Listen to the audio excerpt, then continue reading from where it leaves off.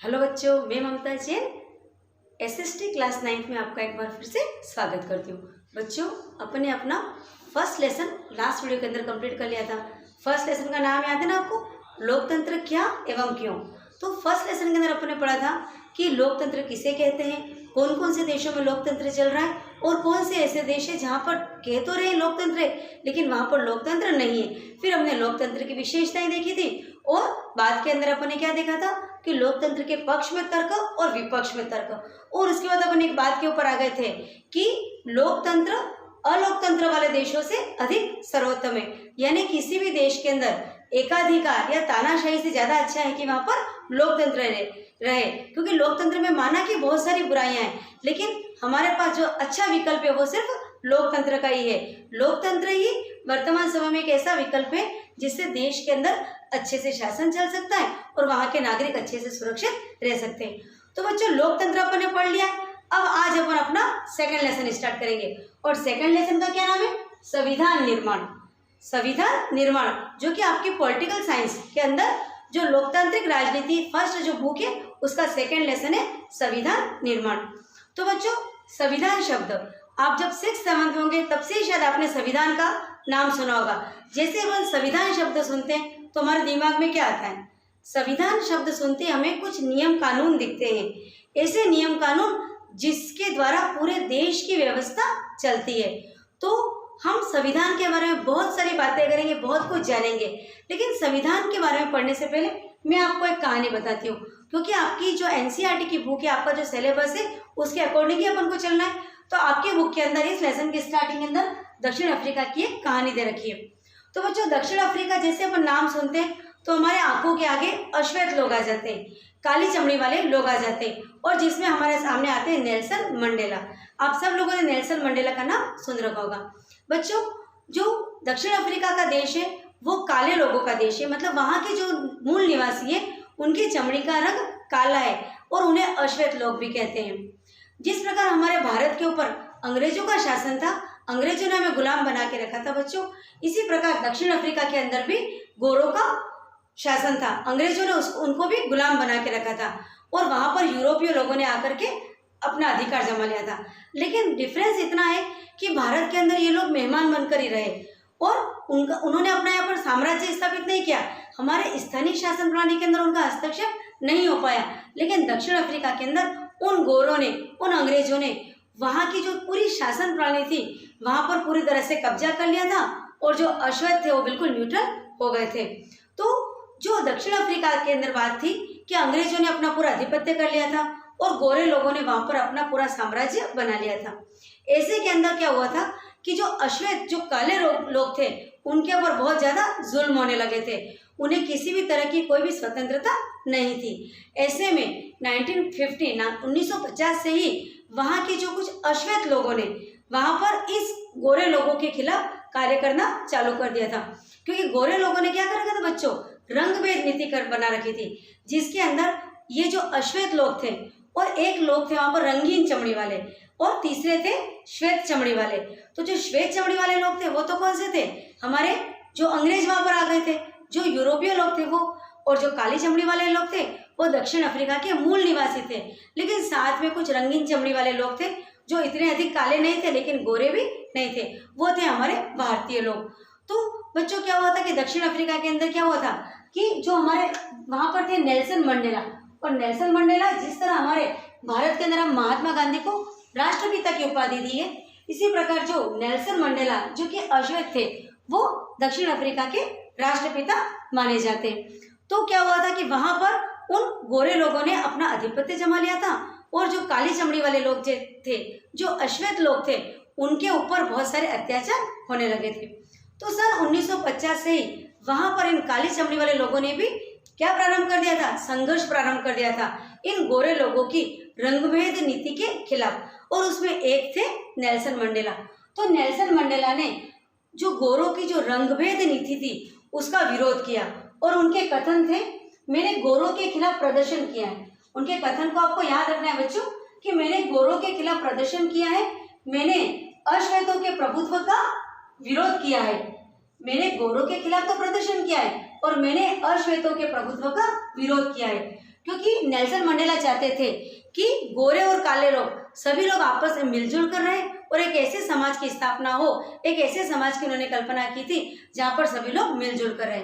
लेकिन क्योंकि जो नेल्सन मंडेला का जो कार्य था वो गोरों को पसंद नहीं आया।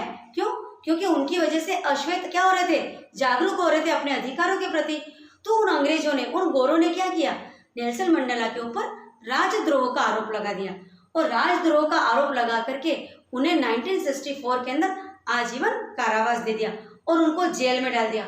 और उन्हें कौन सी जेल में डाला था? उन्हें रोबवेन द्वीप है ना, क्या नाम है, रोबवेन द्वीप की एक जेल के अंदर आजीवन कारावास दे दिया था। और फिर नेल्सन मंडेला वहां पर 28 वर्ष तक उस जेल के अंदर रहे थे और उनके साथ 7 लोग और भी थे। तो जिस वक्त ये गोरे वहां पर थे तो उन गोरों ने क्या किया था, इन अश्वेतों के ऊपर बहुत अत्याचार किए। यहाँ तक कि उनको जो सार्वजनिक बसें थी, सार्वजनिक रेलें थी, सार्वजनिक उद्यान थे, सार्वजनिक होटल थे, उनके अंदर भी ये अश्वेत नहीं जा सकते थे।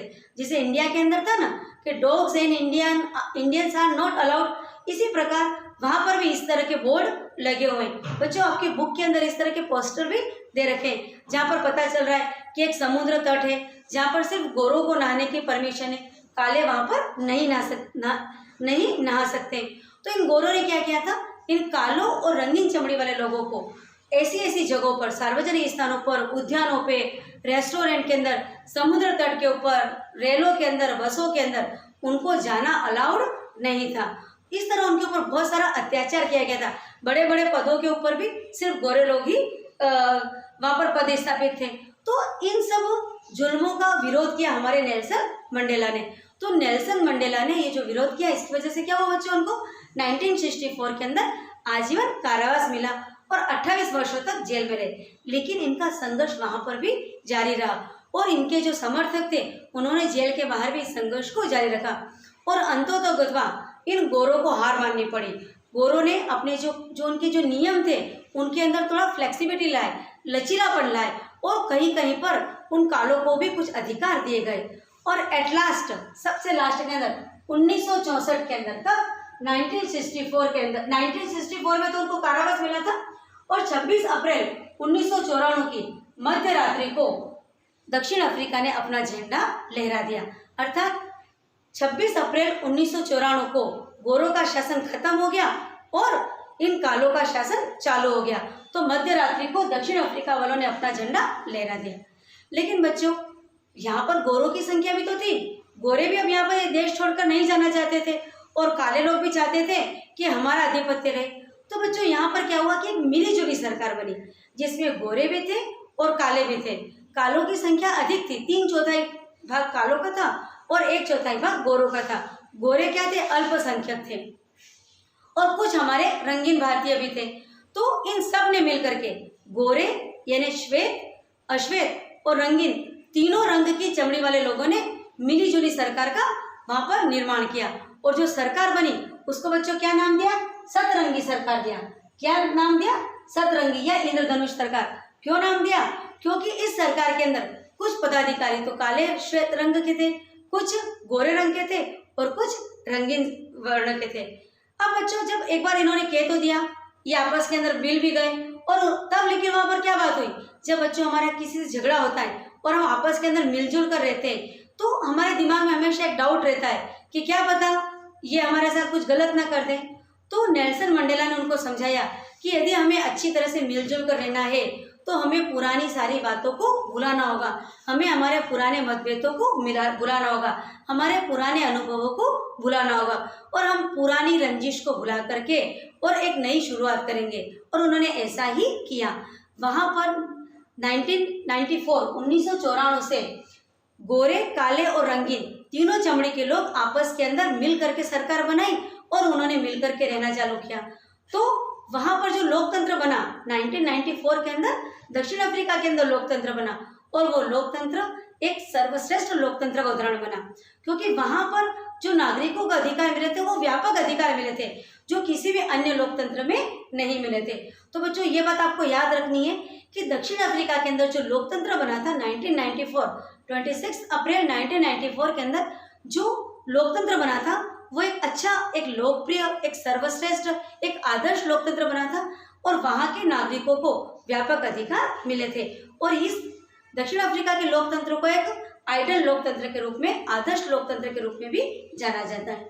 तो इस प्रकार बच्चों मैंने आपको बताया, जो आपकी बुक में दे रखा है कि दक्षिण अफ्रीका की एक कहानी बताई कि दक्षिण अफ्रीका के अंदर भी अंग्रेजों ने, गोरों ने राज कर लिया था। फिर नेल्सन मंडेला और अन्य कई काले लोगों ने इसका विरोध किया, रंगभेद नीति का विरोध किया, जिसकी वजह से उनको जेल हो गई। लेकिन 28 साल की जेल के बाद वापस से उन्होंने संघर्ष किया और 26 अप्रैल 1994 की मध्य रात्रि को दक्षिण अफ्रीका का झंडा लहरा गया, यानी वो देश स्वतंत्र हो गया 1994 के अंदर। और फिर वहां पर गोरे, काले और रंगीन तीनों चमड़ी के लोगों ने अपनी मिलीजुली सरकार बनाई और वो तीनों आपस में पुरानी सारी बातों को भूल करके रहने लगे और इसीलिए इसको सतरंगी सरकार भी कहते हैं। तो बच्चों ये तो कहानी हो गई दक्षिण अफ्रीका की। अब हम अपने इस लेसन के अंदर जो नेक्स्ट टॉपिक दे रखा उसके ऊपर आते हैं कि हमें संविधान की जरूरत क्यों है, क्या जरूरत पड़ती है हमें संविधान की।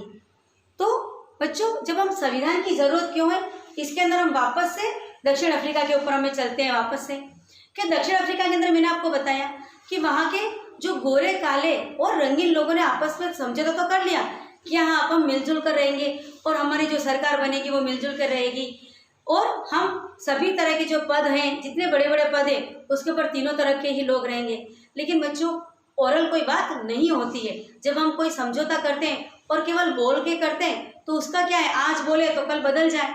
तो तीनों ही वर्णों के लोगों को आपस के अंदर एक डाउट थे कि क्या पता, गोरों को क्या डाउट था कि हम लोग अल्पसंख्यक है और हमारी जो संपत्ति है कहीं उस संपत्ति के ऊपर काले लोग आधिपत्य न कर ले। कालों को ये डर था कि ये गोरे कहीं हमको फिर से गुलाम न बना ले और रंगीन भी अल्पसंख्यक थे तो उन्हें भी ये डर रहता था कि हमारा क्या होगा।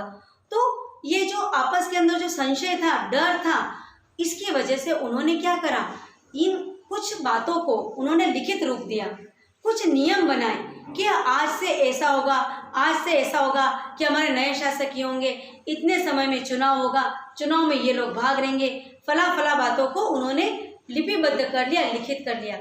तो इस प्रकार संविधान की लिखने की बात समझ में आई कि जैसे, तो मैं संविधान तो हमारे भारत के अंदर तो बहुत पहले लिखा गया था, लेकिन मैं आपको इससे ये बताना चाहती हूँ कि संविधान लिखने की आवश्यकता क्यों पड़ी।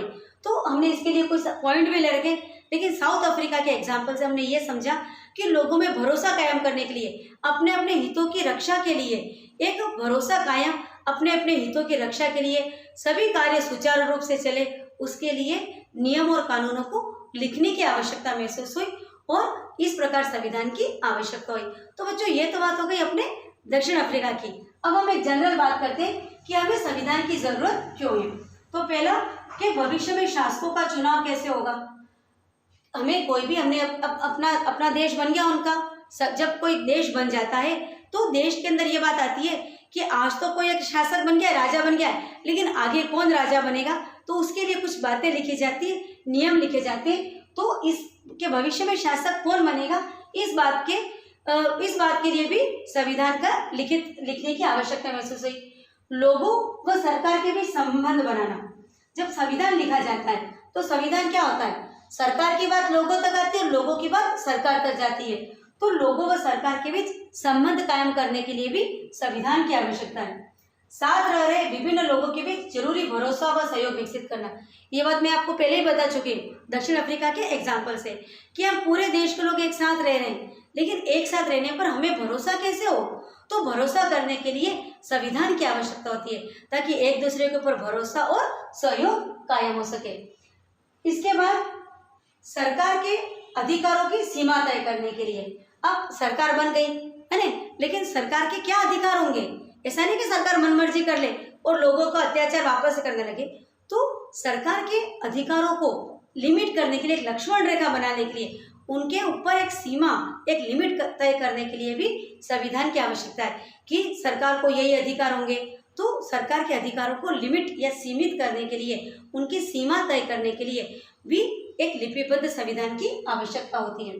नागरिकों के अधिकारों की सुरक्षा के लिए, अब संविधान बन गया, सरकार बन गई, शासक बन गए, लेकिन अब नागरिकों का क्या है, कल ये संविधान वाले तो ये सरकार तो हमारे ऊपर अत्याचार करेंगे।